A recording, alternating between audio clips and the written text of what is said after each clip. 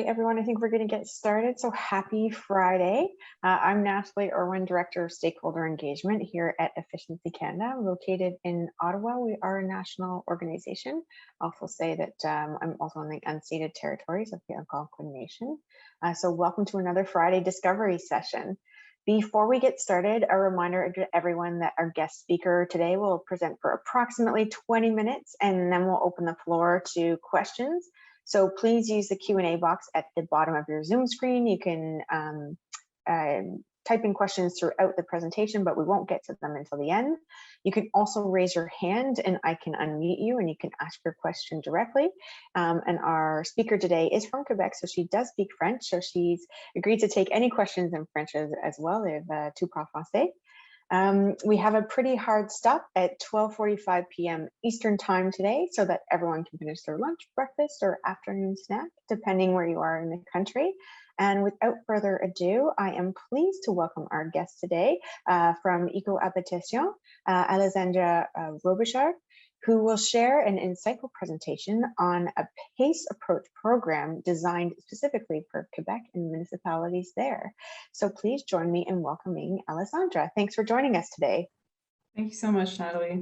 So our PACE approach for Quebec is going to be called JeRénovÉco. So I renovate ecologically, let's say in English, and really want this to be an innovative and smart way for to finance the clean energy transition in Quebec through a PACE approach for the residential sector only. So just a bit more about Ecohabitation. We're really a reference in sustainable housing in Quebec, and we've been for a bit over 20 years now. So we're a nonprofit organization. We facilitate the emergence of housing that is healthy, resource and energy efficient, as well as affordable and accessible for all. So the mission here is really to promote and raise awareness about this type of housing, but also through training and coaching activities, and not only for homeowners and the general public, but also for housing sector stakeholders like contractors and different builder associations, but also for political decision makers, for municipalities, and also for the provincial government. So why JeRénovÉco? There are a few key questions driving the implementation of this project and the creation of this project. And it was really, how do we get rid of residential heating oil as quickly and as intelligently as possible? And how do we accelerate the decarbonization of the residential sector? So here, the idea by efficiently, I'm going to describe more about this later, but really we need to motivate residential energy efficiency retrofits by not only overcoming financial constraints, but also technical constraints. So the purpose of JeRénovÉco is that we really want us to be a powerful energy transition tool that was designed by and for municipalities. This is really a key point of the JeRénovÉco project. Right now we have a committee of municipalities that has been helping us solve some of our challenges, help us to build a project that will hit the ground running once it's in full force. We want to facilitate and fund retrofits. So facilitating, Ecohabitation has been doing this for 20 years now, but the funding part is kind of the more innovative aspect and where the PACE approach comes in. So I'm going to talk a bit more about this later. And finally, the decarbonization phase and the energy retrofit phase. So we are going to do this in two phases, and this is because there's still quite a few homes that use fossil fuel to heat. So here we have about 200,000 housing units that are being heated with oil, and that represents about 170 equipment that are installed right now. So obviously, we're emitting a lot of greenhouse gases through this. Quebec is also looking to phase out gas from heating residential homes, but that's going to come a bit later in the program. So as I mentioned before, we do want to launch this project in spring 2022. For the energy efficiency retrofit, this is going to come more about spring 2024, like you saw on the other slide. Why are we doing the why do we want to remove the fossil fuel before represents a large part of their greenhouse gases, but also the projects are a lot simpler than, let's say, full-fledged efficiency renovations where we're going to rip out walls, rip out windows and doors. Here we really wanted to focus on conversion of fossil fuel systems that take about 1 to 2 days. The installation is not too complicated here. We're looking at heat pumps as well as thermal storage units. And what we meant by intelligent conversion or intelligent transition here is really a conversion that cannot impact Hydro-Quebec's peak demand event. So we don't want to put more pressure on our electricity grid. So most of the energy in Quebec, as some of you may know, is through hydro. Right now, Hydro-Quebec, during winter, obviously during peak demand events, there's a lot of pressure on the grid. And by converting all of these homes that are heated with fuel or gas, we're going to add quite a few homes on the grid. So one of the ways that we found to mitigate this is through thermal storage units that are going to be offered through JeRénovÉco, and they're going to be offered as one of the potential solutions or conversion phases. So Hydro-Quebec has actually been developing this unit for quite some time now with a manufacturer in Quebec. We're offering subsidies, so we really want to be able to promote the installation of this, I would say, innovative product, but at the end of the day, really what it is that it's a ventilator attached to a, I don't want to diminish it, but a pile of bricks. But this is a fairly innovative material where we're storing a lot of heat during the day, so where demand is quite low. When demand becomes higher, this is where the active heating shuts off and the warm air or the heat that was stored in these bricks is actually circulated throughout homes. So by doing that, we're reducing the pressure on the grid. So this is all good. I'm explaining this in a fairly simple manner, but Ecohabitation did a market study a few years ago, kind of looking for why people didn't do green renovations in Quebec. And I'm sure this is fairly similar all over Canada, but costs were high, so high cost of capital. People didn't really know how to proceed and it seemed pretty complicated as well. So we want to answer all of these pain points, let's say, with JeRénovÉco. So here we have three main, it's kind of a three-pronged approach, let's call it. So we're going to have coaching for participants and homeowners. So what we want to do is make sure that they're choosing the optimal measures and that they're avoiding mistakes. A lot of people don't really know how their homes are being heated right now. So we really want to coach them and educate them as much as possible. We want to do this also through an integrated platform. We want to automate processes as much as possible and simplify the interactions between all the stakeholders, which you can see down here, who are the homeowners, the municipalities, and the contractors. And then finally, this is where the PACE approach comes in, and this is financing. We want to be able to get over the financial barrier and get people to be able to really finance these retrofits through financing that's going to have a fixed interest rate and a variable term that is usually on the longer side. So we're talking 10, 15, 20 years. And if some of you are familiar with PACE programs, oftentimes we look for a savings ratio of 1-to-1 with the energy savings versus the yearly payment for the financing. Here, we're not going to do that. Energy in Quebec is very cheap, even for conversions of fuel towards electrical. This is still going to be quite difficult to get a 1-to-1 ratio. So we really want to get people to use the variable term to maximize the payback. So the question everybody wants to answer is, how does it work? So let's say a municipality wants to enable PACE financing on their territory. Ecohabitation here is going to take care of the program management for the municipality. So homeowners are going to sign up to the program. Municipality is going to check some background information here, and we want to keep it as simple as possible. So municipality is going to check the property tax history, payment history for that homeowner. Then the financing will be provided by this financial vehicle. I will talk a bit more about this later, but this financing through the process of PACE is going to be transformed into a property tax. By doing this, the financing is no longer attached to the homeowner. The financing is actually attached to the home. By doing this, there are a lot of advantages to do this. One of them is really that the financing, so the lien on the home has a seniority over mortgages. So let's say the person, there's a foreclosure, the municipality can pay themselves back for that lien before mortgage lenders can. So that's one thing. The other thing is that the financing is actually transferable to the next homeowner. So because the next homeowners are also taking advantage of those energy savings, they also kind of contribute to that financing.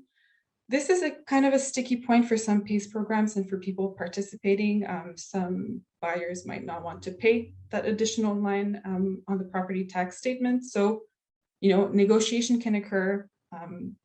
The seller can ask the buyer to fully pay the financing, and that will be obvious in the price of the home, basically.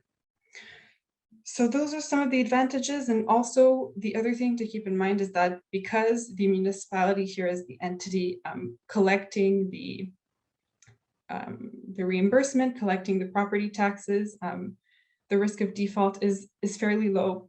Almost everyone pays their property taxes. And here, the other thing I wanted to mention is also the coaching and capacity building. So I already talked a bit more about the coaching for the homeowners, but the contractors also have access to capacity building. So we really want contractors to be involved in the process. We are going to train them. They will then pass an exam, and only then will they be able to participate or complete JeRénovÉco projects. We'll also make sure to check their licenses, their liability insurance, and a few other things as well in order for them to protect also the homeowners.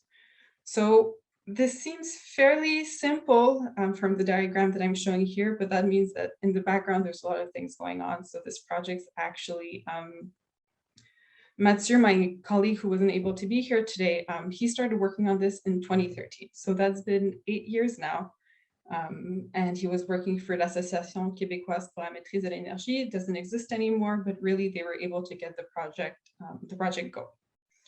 In 2016, we had 3 very brave municipalities that decided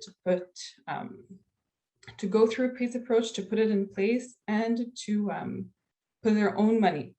So they put in their own money for the people who wanted to do the retrofits, and this is actually where Ecohabitation became partner. We did the energy audits, so this was a lot more of a, let's say, comprehensive approach, and not only replacing heating systems. And then finally, we had a death valley of financing, but Ecohabitation was actually able to bring back the project in-house in about 2019. And we've been working on it since then. So I just want to point out one of the things here is that we were supported by the Investment Readiness Program in Canada. And this is because not only is there some innovation with respect to municipalities being involved in collecting taxes to repay financial entities. So there's really some financial innovation here that's to keep in mind. I'm going to talk about this towards the end of the presentation. So what is JeRnovÉco really? After all of this, we saw kind of how it works, but what is it for homeowners? It's really an integrated offering. We have 2 phases, so let's just focus on the first one for now, but we want loans that are capped at about 20K. Anybody who's going to install a thermal storage unit, those are fairly expensive still. Hydro-Québec is offering a subsidy for that, but it's still more expensive than installing only a cold climate heat pump. The fixed rate is going to be low. I'm going to explain a bit later why we can keep it this low, and the variable term is going to be between 10 and 20 years, depending on the financing. And then for the coaching here, for the first phase, I mentioned this briefly, but we want the platform to be able to automate our processes as much as possible. PACE programs are expensive. They're known to be expensive. So the idea is to fund projects that are simple, where we can prescribe measures and where we can automate processes as much as possible for the project to be financially viable as quickly as possible. So by doing this, we're able to offer pre-formatting technical specs, so to educate the homeowners, and we also want to offer contractors pre-formatted quotes for them to be able to fill out quotes as quickly as possible. And the process for quotes is also going to be done through the Ecohabitation platform. And really for contractors, we want to become a community of energy efficiency focused contractors. So we're going to offer training and the accreditation, as I mentioned before, but they're also integrating the Ecohabitation directory. So in French, we call this our annuaire, and it's kind of like our phone book for contractors. And we want to be able to increase their visibility. We want them to be able to do marketing through the platform as well, and for them to be able to interact with customers. As this is where the process for submitting a quote is also going to be done. And then finally, we want this tool to be adapted for municipalities. This service is going to be free for them, but in return, they're going to help us by doing some due diligence, so checking the payment history for the taxes, and they're also going to be responsible to do some marketing towards their own citizens. And then for the impact fund, so for the impact fund, as I said before, the 3 other municipalities invested their own money. The idea here is to really get an external investor to invest in municipal or territories. So we don't want any additional debt for them to be incurred. And this is a really important part of the program, where there is some innovation here to be done as well. Municipalities are creatures of the government. This is what Mathieu likes to say, that municipalities are kind of his area of expertise, and it's difficult for them to get funding from the provincial government. So here we want to kind of find an innovative way to get external funding from different partners for them to accelerate their transition. So this is where I want to talk a bit more about the impact fund. So I'm going to go into a bit more technicalities here, but we want to build a blended closed-end impact fund. And really what this means, the keyword here is blended, is that we want to get different kinds of actors to participate in this fund. So we want to get government and institutional partners to keep the interest rate low, but we also want private and patient capital, because there's obviously a fair amount of money there, but we want these private entities to be able to leave their capital in the fund for quite some time, because as I said before, the repayment period is quite long. And then finally, we want philanthropic. That will obviously help us to decrease that interest rate, that we can get back to the homeowners at low enough for it to be valuable. So just a few things here. Why do we think that JeRénovÉco can really be kind of an impactful investment opportunity? That's because the risk level is low. The only way we can get this risk level to be so low is because municipalities are participating. They're enabling us to convert this financing into a property tax, and by doing that, the financing repayment, let's say, has seniority over mortgages. So risk level very low, investors are going to get paid. The technology is validated. We're installing heat pumps. This is not a VC type of approach. We are not investing money into technology that has not been proven. And finally, the municipality is going to do a part of the due diligence, so they also have skin in the game. And kind of the big point here is, how is JeRénovÉco going to function? We are getting subsidies, but also part of it is to help fund the program through a shared interest with these partners. So kind of just as a conclusion here, what is it for homeowners? We want them to have a project that is financed at an advantageous rate. We want to guide them. We want them to know what is going on in their home. And we want the process to be as simplified as humanly possible for renovations. We know that it's always going to be complicated, but we want to simplify it as much as possible. For municipalities, we want this to be tailored to them. It should be able to use from the get-go for municipalities. We want to help them reach their sustainability target. And by installing these newer equipments, they're also modernizing the residential sector and increasing the value of their homes. And finally, they're also able to offer support to their citizens through JeRénovÉco and Ecohabitation. And finally, for contractors, this is a business development opportunity for them. We want them to be ambassadors. PACE programs had issues in the past where contractors basically became salespeople for the PACE programs.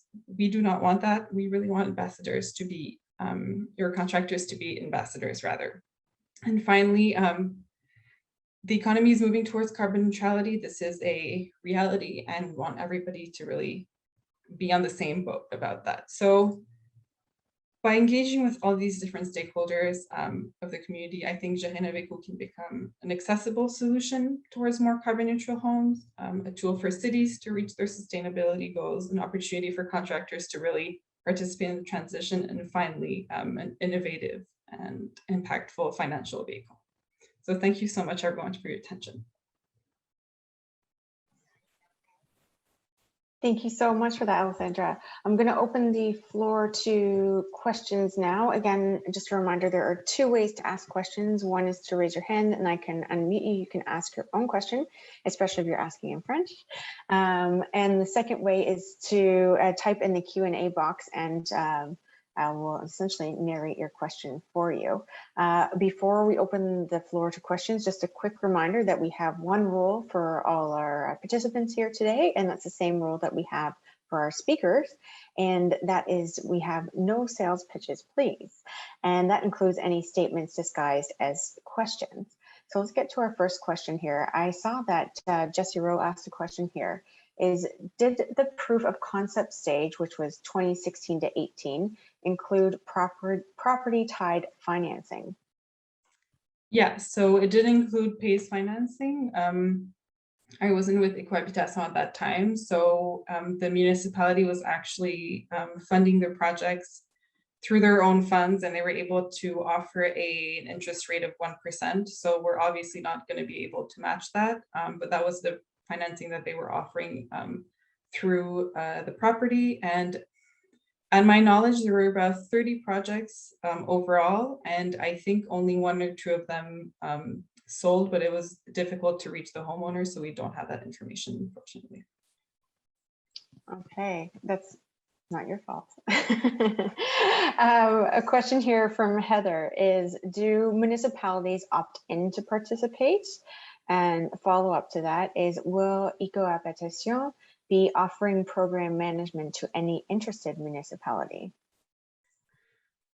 Great question. And that's kind of been the big challenge for this project, is really all of the legal aspect behind enabling municipalities to offer this on their territory. So we're still hashing out the details to that. There's a lot of expertise needed to kind of solve this challenge, but we will be offering this to all municipalities in the Quebec territory to start, and past that, we haven't really gotten that far yet. We're still trying to get this going in early spring 2022, but I don't think that's out of the question for now. That's excellent news to hear. I know someone also asked for your contact information. We discussed this beforehand. So if anyone wants to contact Ecohabitation or Alessandra directly, they can just email us at info@efficiencycanada.org or myself, natalie.irwin@efficiencycanada.org, and we can put you guys in contact. So that's not a problem at all. We're happy to make those connections here. And then I know someone here, Aziz, has his hand raised, so I'm just going to allow you to talk so you can ask your question. Go ahead. Hi there. Thank you very much. It's a very wonderful presentation. I have got 2 questions. What is the trend in terms of domestic consumption? For example, heating, cooling, cooking and that kind of stuff? Do we have a trend analysis for the householders? My second question is, I'm a trainer, for example, how we can participate, educating the public. Basically, we have a very big challenge of going net zero by 2050, which is the pledge of Canadian government towards climate change. So I appreciate, and thirdly, will this presentation will be made available to us, because there are some very useful tips and material available in this presentation. Thanks so much for your question. So first one, the trends. In Quebec, we have at HSC, which is one of the universities here, we have a prof who every year kind of gives he calls it the state of the energy in Quebec, and he does one every year. So he's going to have all the information. Maybe if I can find the link, I can put it here, or Natalie can send it to you. But the trends have been increasing, I would say, first of all, for heating. And we don't see this everywhere, but there's still people that are getting bigger and bigger and bigger homes. So even though per square feet, we might be decreasing the demand for heating, for example, as a whole, it's still kind of increasing. Canada is also coming out with their greener homes. Is that what it is in English? I think greener homes grants. Yes. Okay, yeah, that's what it's called in English. Okay, so that's also going to come into play, but I would say that the trends are not decreasing fast enough as a conclusion. And then the other question is, how do we motivate people?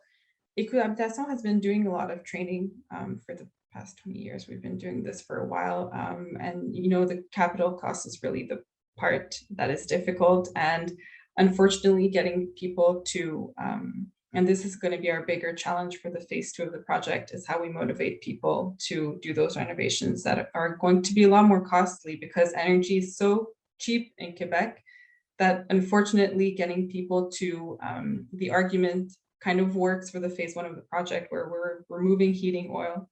But when we're going to get to the part where we're going to do purely efficiency measures, it's going to be quite difficult to convince people.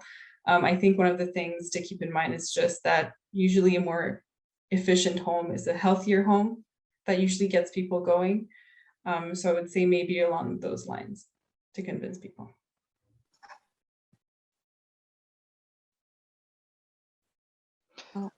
My third question was about the availability of this presentation. Will this will be made available to us? Yes, it will be available on our website. I put the link in the chat there to the previous ones, and we usually get it up by midweek, the end of next week. So the following week of each presentation is usually up there. Sorry, little more clarification on participating, educating public as a trainer. So what are the opportunities available? Because I normally go to the living condominium and do them presentations and giving them the feasibility studies, for example, small feasibility studies on renewable and energy saving options and opportunities. How we can participate as a trainer in this program? As a trainer, is that what you said? Yes. Yeah. Okay.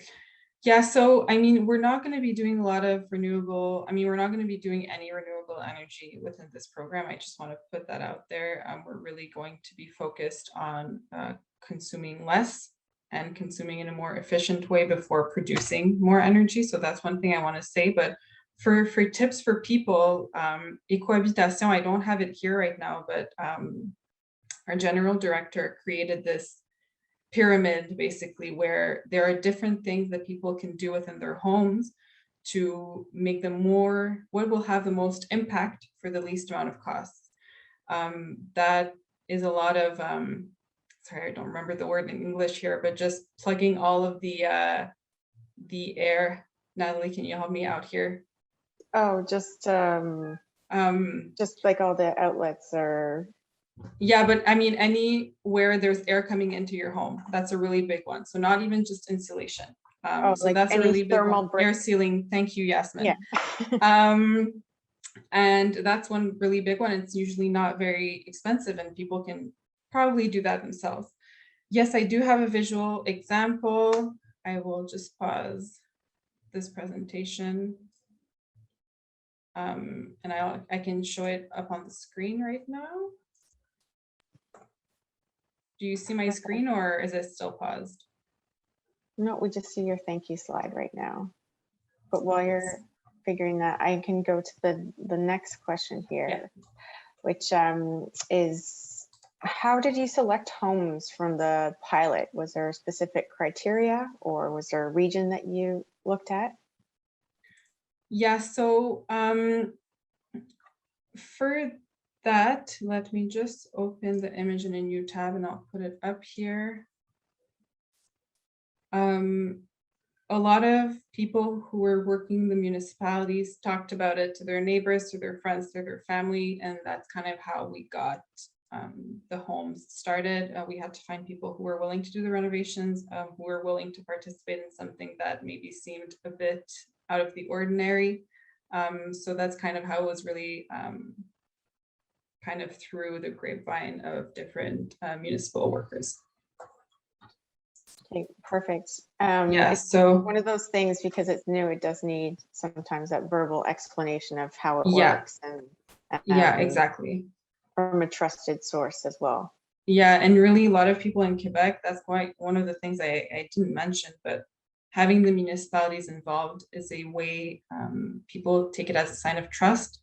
Oftentimes, one of the jokes that some of the mayors tell us is that if they have an issue with their hydro bill or something like that, they're just going to call their city instead of calling hydro. And that's kind of one of the jokes that we get, but that's kind of a sign that getting the municipality involved is really a sign of trust from them towards us. And we're really hoping that that would get more people involved as well. Definitely. There's always some truth in jest, as they say. Yeah.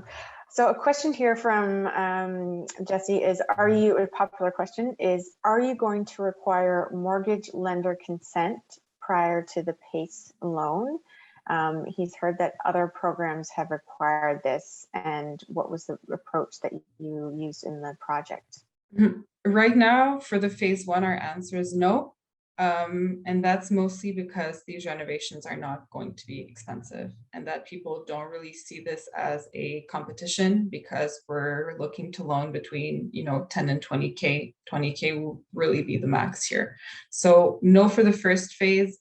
For the second phase, we are still working on that right now, but that's definitely going to necessitate kind of a different approach to what we're taking now. Perfect. And I know, Vincent, you have your hand raised there, so I'm just going to allow you to talk. So go ahead.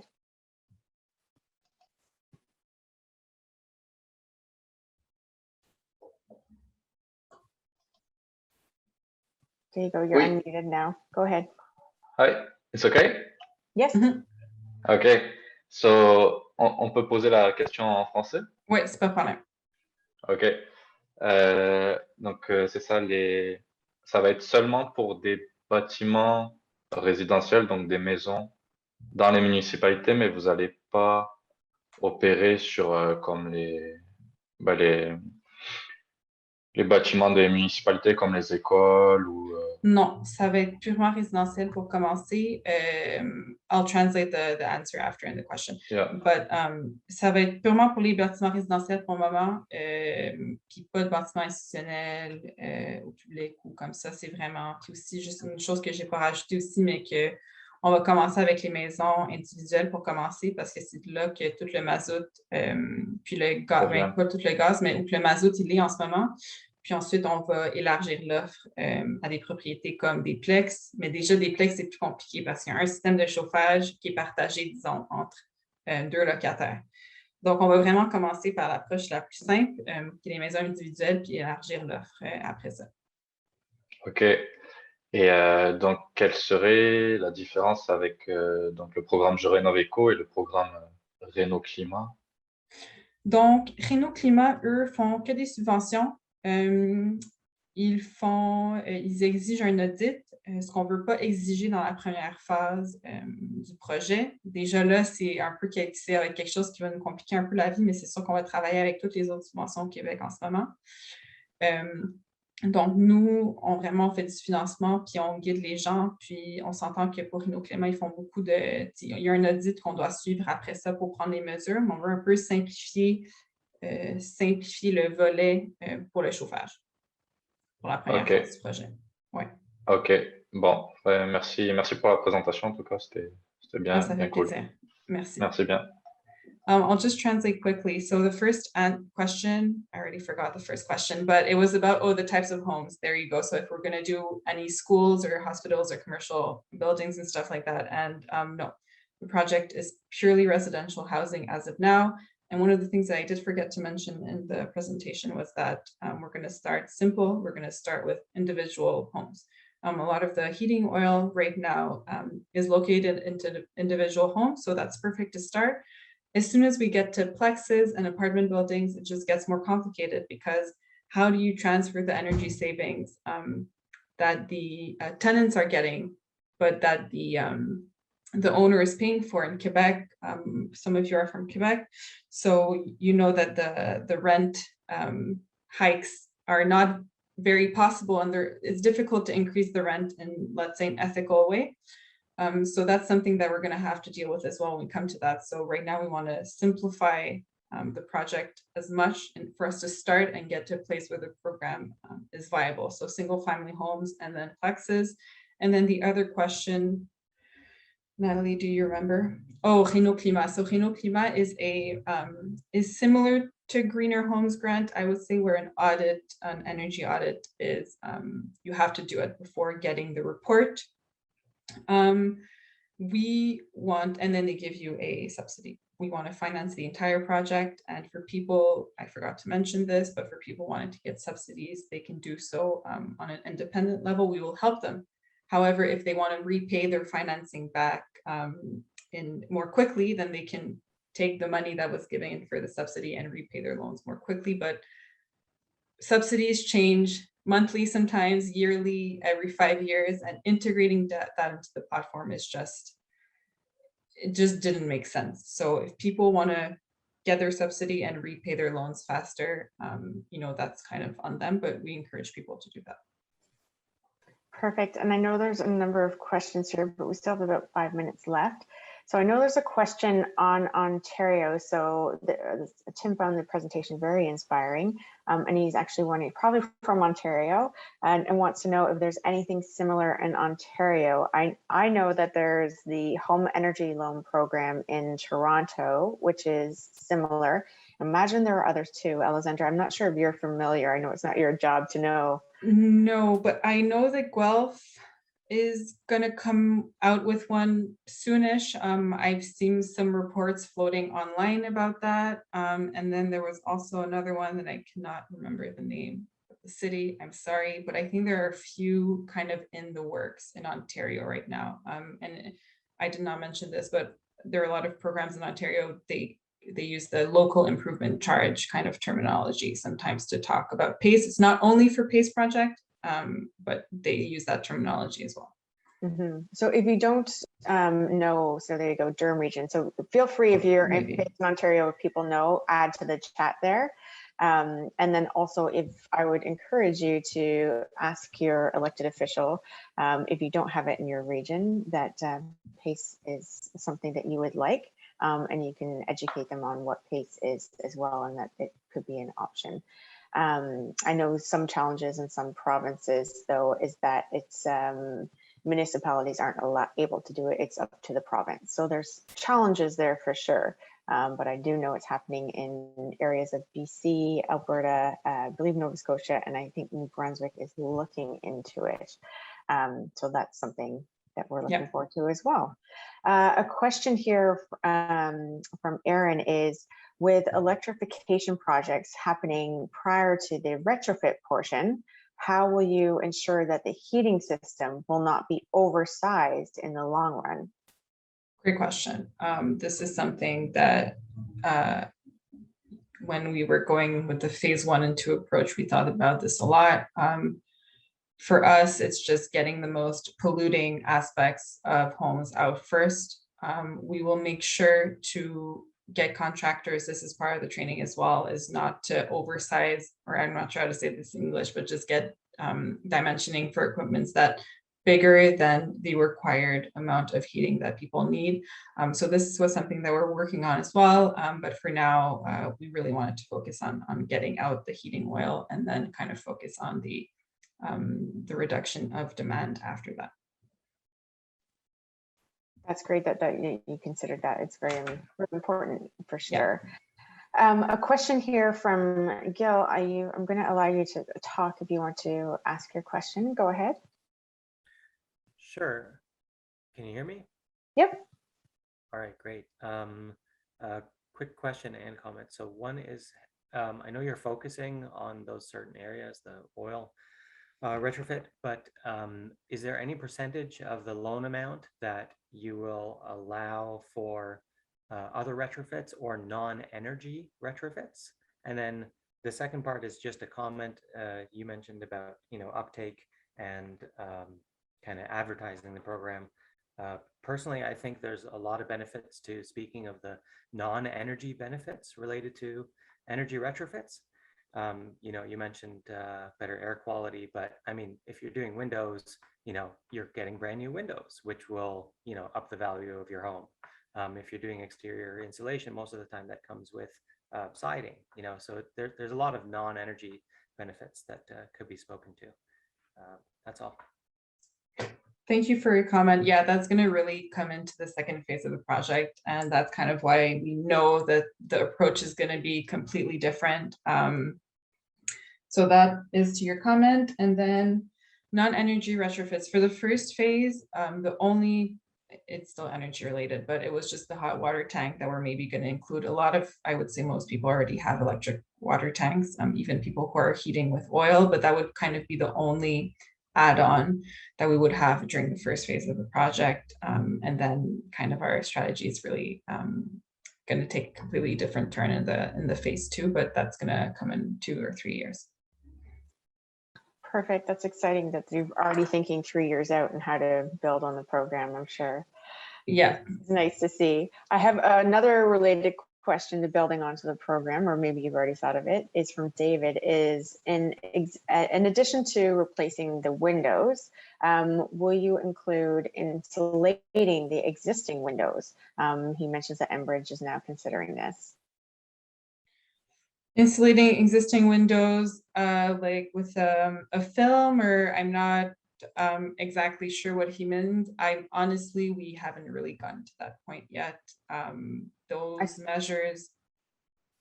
Yeah, I think he means like just beside the windows, that there's a lot of the times like not the window, like thermal bridges. Yeah, exactly. Or insulation. Yeah, we're for sure going to do insulation. But for those specific measures, we're not there yet. The only thing we really do know is that as of now, renewable energies are not a focus, and we're probably not going to offer them. We really want to focus on decreasing demand before producing more energy. That's what we're focusing on right now, but let's not say never say never. It's also in 2 or 3 years, so things might change. Exactly. As demand increases, for sure. Exactly. So thank you so much for coming and sharing your presentation today, Alessandra. My pleasure. I know you and I have chatted before, and I was just like, we need to share this with the masses. Yeah. to get the word out. So I'm really excited that you're able to join us today. And again, thank you to everyone for the great conversation and for our French questions as well. Always nice. Our national 2 languages across Canada. So for next week, I hope that you're able to join us as well, because we're actually going to be joined by the CEO of Passive House Canada, Chris Ballard, who's going to speak about the retrofit challenge that Canada has and the need to bring all players to the table to find common solutions. So again, another really exciting presentation and insightful. I'm looking forward to hearing what Chris has to say and share on that. So have a fantastic weekend, everyone. Don't eat too much candy. Make sure to save some for the kids. I know we were talking today that some of us have gone through our Halloween boxes already. I need to go out to the store to buy more, as it's inevitable every year. So have a fantastic Halloween weekend, everyone, and I'll see you next Friday. Bye.